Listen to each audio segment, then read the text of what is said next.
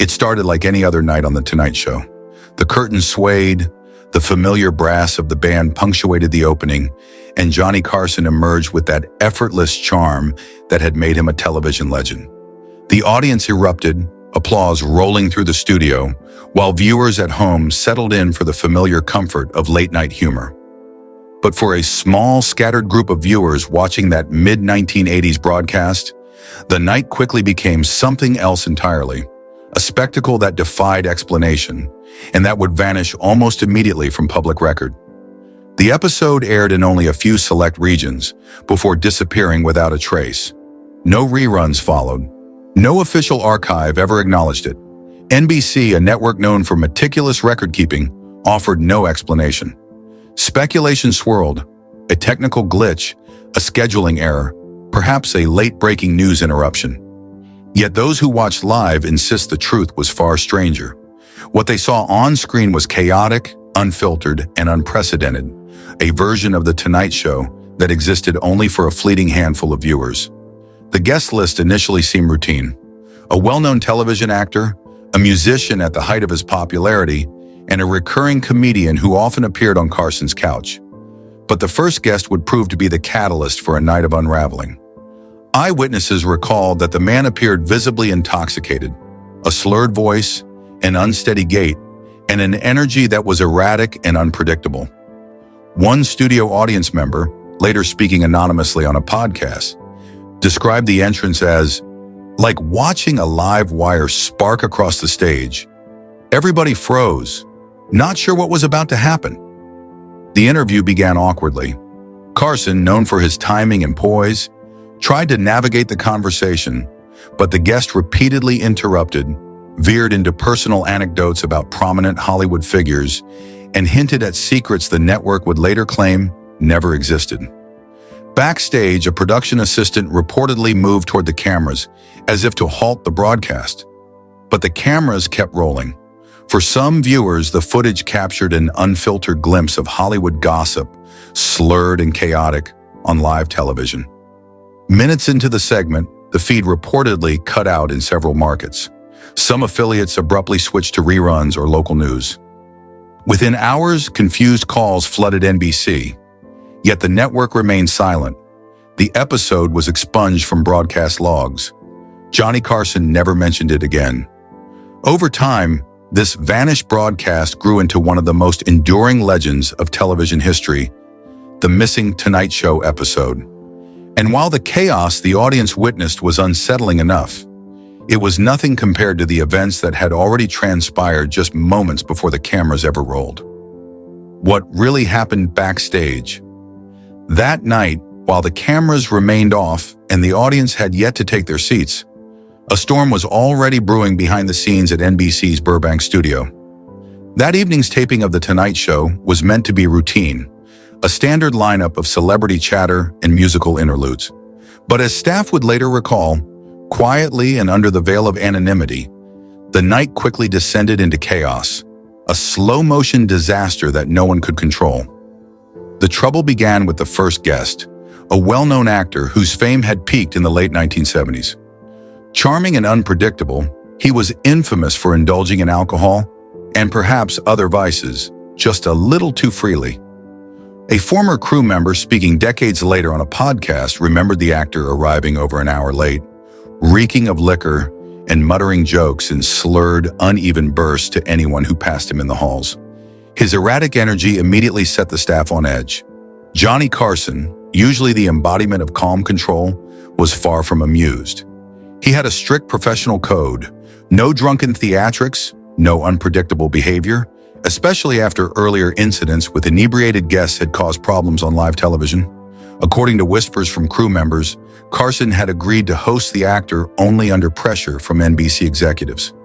Some claimed it was meant to be a redemption appearance, a chance for the actor to rehabilitate his public image. What actually happened was the opposite.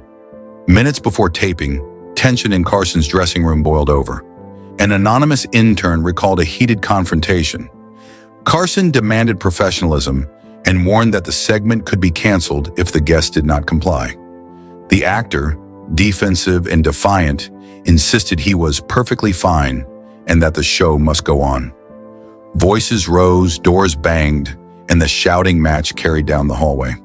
Carson, reportedly frustrated, left the dressing room with a parting warning to the producers. If the guests misbehaved, it would be on them. No one had a clear plan. The audience had been seated, the band was ready, and NBC had no replacement guest.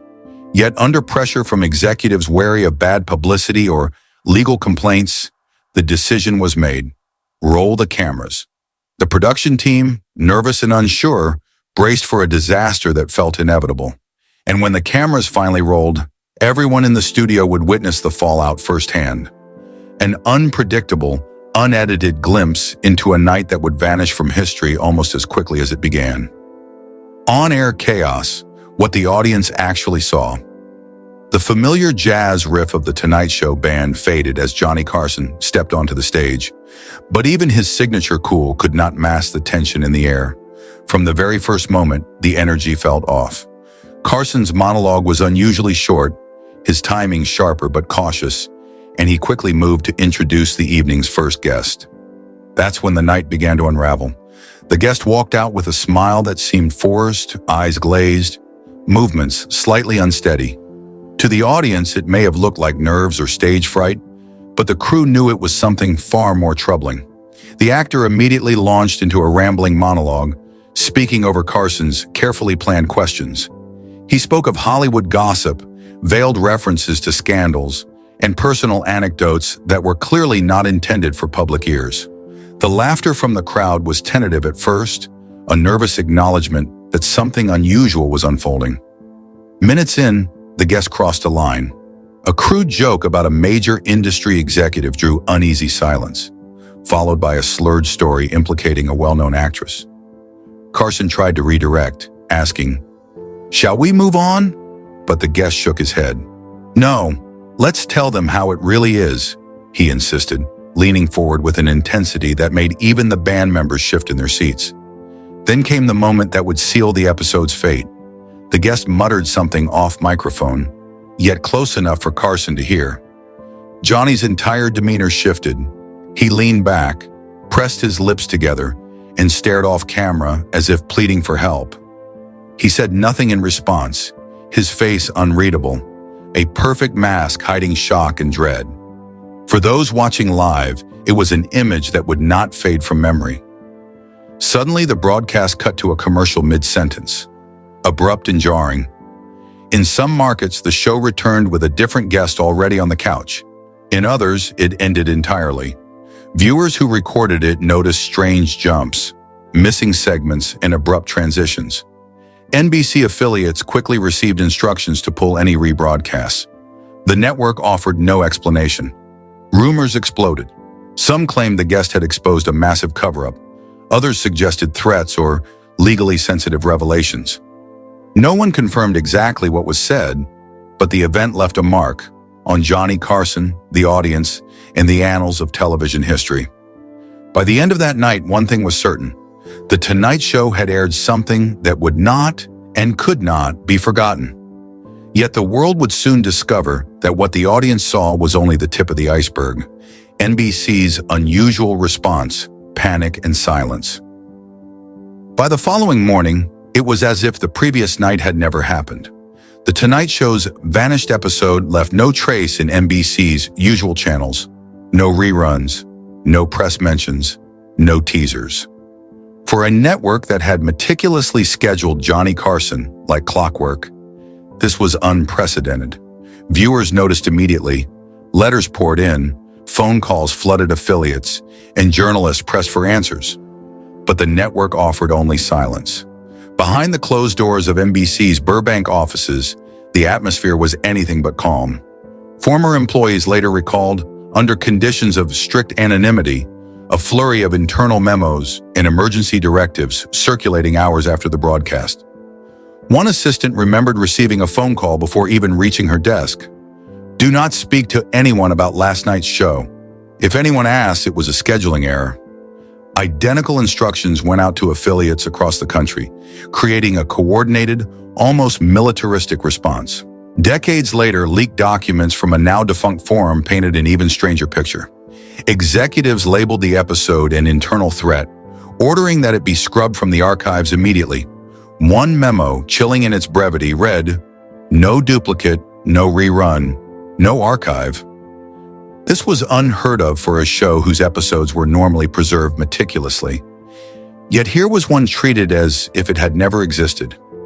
Technicians were instructed to destroy the master tape, a rare measure, normally reserved for emergencies of legal or security concern.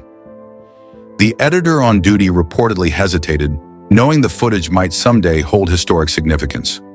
Rumors persist that a second copy was quietly smuggled out before destruction, though NBC has never confirmed it. Over the years, fragments of the episode would sporadically appear in obscure auctions and private collections, hinting that not all had been erased. The fallout extended to personnel.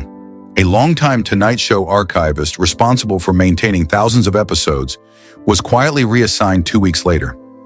Co-workers recall that he had tried to preserve the controversial episode internally.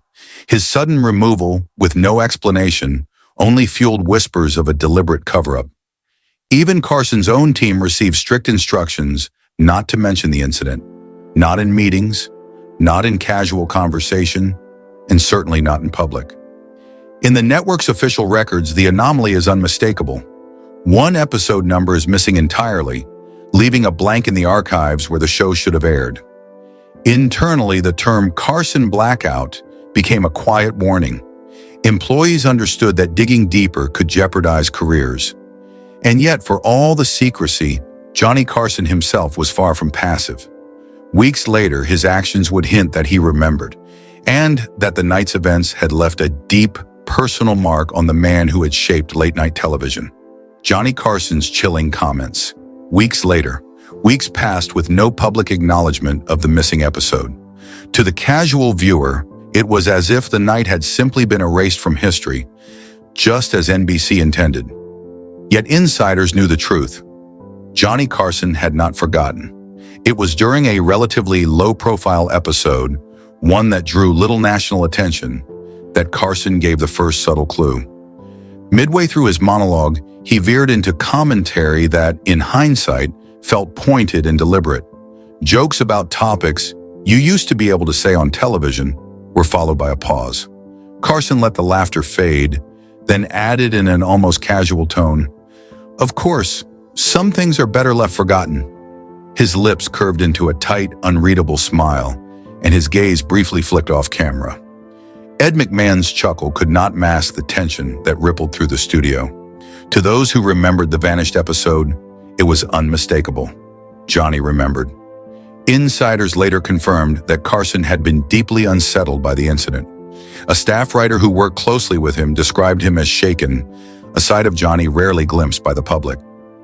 He said he'd never lost control of a guest like that before, the writer recalled, and he asked NBC never to air it again. But some accounts suggest that Carson secretly wished to include the episode in a lost tapes special he pitched years later, an idea NBC reportedly rejected outright, citing the episode's destruction. The impact on Carson's on-air style was subtle but perceptible. His monologues became slightly more cautious. Jokes that might have pushed boundaries were softened. Guests who strayed into unpredictable territory were interrupted more swiftly. Friends noticed that he grew quieter off camera, more guarded with even longtime associates. It was as though the night had changed him, not as a performer, but as a person aware of the fragility of control. Then there was the matter of Carson's personal archive. The host was known for keeping copies of his favorite episodes outside the network vault. Trusted assistants have claimed that the lost episode may have been preserved in his private collection. However, after his death in 2005, his estate reportedly locked access to the tapes, denying requests from documentarians, researchers, and even NBC itself. To this day, no official footage from that episode has surfaced. No clips, stills, or transcripts. Among thousands of later episodes, it stands as the only one with zero surviving evidence. For a man who had defined an era of television, the absence is staggering. And yet the true echo of that night was not in the footage, but in its lingering shadow, the way it haunted Carson, NBC, and the guest at the center of the storm. whose own life would soon begin to unravel in ways no one could have predicted. The guest's life fell apart after the show. The actor who sparked the chaos faded into obscurity. Once a household name with hit films and TV appearances, he saw career opportunities vanish. Projects were canceled, public appearances rare. The media hinted at a television meltdown, and insiders noted studios withdrawing offers after network advice. His association with The Tonight Show was erased. Earlier appearances quietly pulled from syndication. He never spoke publicly about the episode. In later interviews, he said, "I do not talk about that. People made sure I paid for it."